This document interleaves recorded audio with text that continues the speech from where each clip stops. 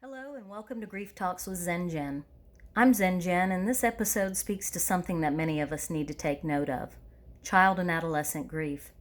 Did you know that kids and teens are often referred to as the forgotten mourners? Here's why. Just the other day, I overheard a conversation in the hall between several adults that sparked inside of me the need to intervene. The discussion was about a troubled child, one who had been acting out in class, refusing to do homework, and was non-compliant with the rules and regulations meted out by the staff. They were tired of having to deal with him and his attitude, and were desperate for somebody else to take over and address the problem. Unbeknownst to them, this troubled child had recently suffered the unexpected death of his older brother, who had accidentally overdosed on drugs. The family, too embarrassed to say anything to anyone through fear of the potential stigma, failed to communicate to the school that a significant event had happened within their family. Because of this major communication breakdown, the teen was catapulted into an environment at school where there was lack of understanding for the changes in his behavior, simply because they were unaware. Their indifference and seemingly impossible expectations for this teen sent him into a tailspin that has taken time to bring under control. Not surprisingly, this scenario happens more often than not with children and teens who have experienced the death of a loved one. When communication breaks down, so do our children when facing this kind of adversity, and it is up to us to throw them the life preserver that they need, to let them know that we are here for them. What can we do? Well, it is important to remember that children and teens matter. Just because they are not adults doesn't mean that they cannot benefit from having the support of someone who understands grief, someone who is willing to serve as an outlet, as a beacon of hope. Too many times we misunderstand our children's moods and think they are, quote, fine, when really they are harboring some very deep feelings of anger, anxiety, guilt, or even unresolved sadness that can lead to bouts of depression. Oftentimes I hear adults state that their kids are doing fine, which I happen to know is perfectly true in a lot of cases. However, wouldn't it be a good idea to at least give them an opportunity to have some outside support and not assume we know how they are feeling? I received a 3-page handwritten letter from a mother who poured her heart out to me about the way in which her child had been grieving since the death of her father. What stood out to me the most is that even though it had been years since the death had occurred, the child had recently admitted she had been feeling tremendous guilt about the day her father died. Unbeknownst to her mother, the child had harbored feelings of self-loathing for a reason that may sound silly to us, but in the context of the event meant everything to the child. What we don't always understand as parents is that children are very complex and are filled with an assortment of emotions that are often difficult for them to identify, let alone express.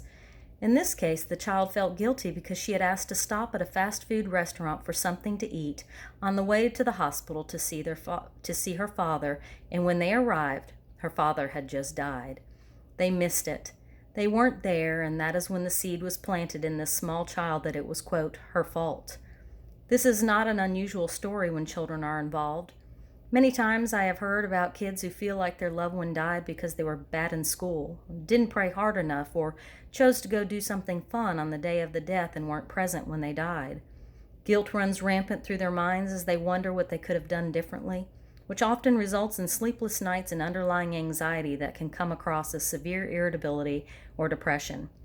When talking with parents after a death happens, some are very quick to ask questions about how to be supportive of their child, what questions they should ask, and in general, what kinds of signs or symptoms they should be concerned about.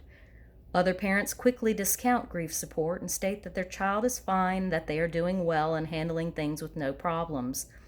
Both of these scenarios occur daily, and neither is false. Children are resilient, and they do cope well in many situations.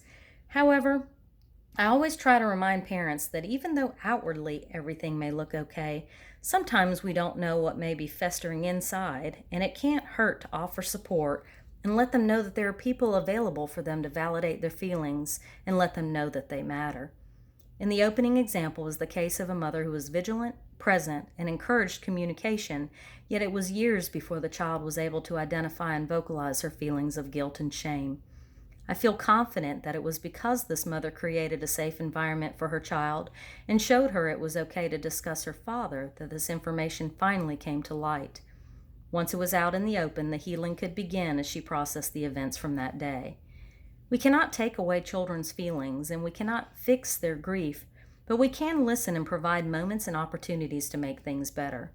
For those kids whose feelings have been discounted unintentionally by parents who feel like their kids are fine and don't need any support, I would ask that they consider revisiting their grief. Not every kid likes to talk about how they are feeling, and there are some that will completely shut down when you attempt to get them to do so.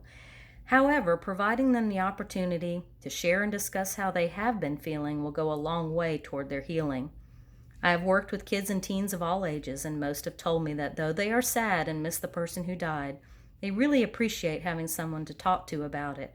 For them, just having their feelings validated by someone who let them know they were normal and not alone is all that they needed. Others require more in-depth support, and that is fine too. Nothing is more powerful than watching a child begin to emerge from the depths of despair and find hope again after experiencing a traumatic loss. When I am given the privilege to share their journey, to be present for them along the way, their transformation is clear evidence that grief exists within the bodies and minds of all of us, no matter the age. As parents and caregivers, we owe it to them to acknowledge that their feelings and thoughts matter, and only then can we be satisfied that we have led by example and given them a valid reason to look up to us for support. As always, thank you for listening to this episode of Grief Talks with Zen Jen. Your presence means everything.